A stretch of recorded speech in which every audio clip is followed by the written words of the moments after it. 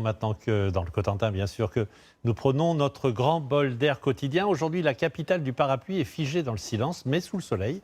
Pas de touristes et les bateaux de pêche qui restent à quai. Xavier Tauby et Anaïs Lebranchu nous y emmènent. Des hauteurs de la ville, on n'entend que les cris des goélands.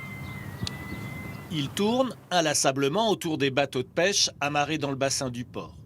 Depuis un mois, leurs sorties sont rares, aussi rares que celles de ce photographe amateur, Armand, 90 ans. D'habitude, il y a bien plus de mouvement que ça, dans tous les domaines. D'abord, la gare maritime, il y a des paquebots qui viennent, là, pratiquement tous les arrêts et toutes les croisières sont arrêtés. La gare maritime, le plus grand monument français d'art déco. Il abrite aujourd'hui le sous-marin Le Redoutable et la Cité de la Mer. À proximité de ce bâtiment qui a vu passer des millions de voyageurs à l'époque des transatlantiques, plus personne, hormis des promeneurs limités à 1 heure de balade. C'est incroyable, quoi. Il n'y a pas un chat. Normalement, il devrait y avoir des voitures un peu partout, quoi. Et des camping-cars aussi, énormément. Plein de camping-cars, plein de voitures. Le cœur de Cherbourg bat d'habitude sur ce pont tournant.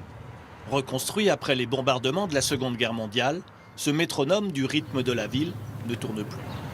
Les mouvements de navires sont presque devenus inexistants dans cette grande cité portuaire. Quand le pont il tourne, que les bateaux y sortent, vous avez plein de gens de chaque côté du pont qui regardent parce que c'est l'attraction, on aime bien ça.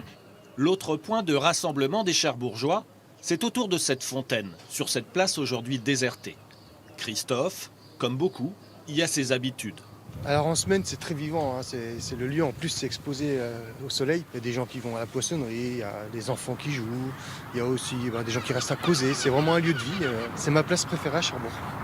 À quelques dizaines de kilomètres, le cap de la Hague, à proximité du Rat-Blanchard, un des plus forts courants d'Europe.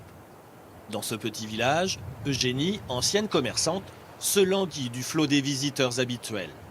Le plaisir de parler avec eux, de les voir. D'habitude, moi, je suis assise là. Les gens passent, on parle de tout, de la région, ce qu'il y a à pêcher, ce qu'il y a à visiter, tout ça.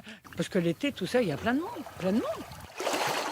Dans ce nord Cotentin, le temps semble suspendu. Rien n'a changé dans ce port et pourtant, contempler le paysage à la fin d'une journée reste toujours un plaisir. Un mot de la bourse de Paris alors qu'il est +1.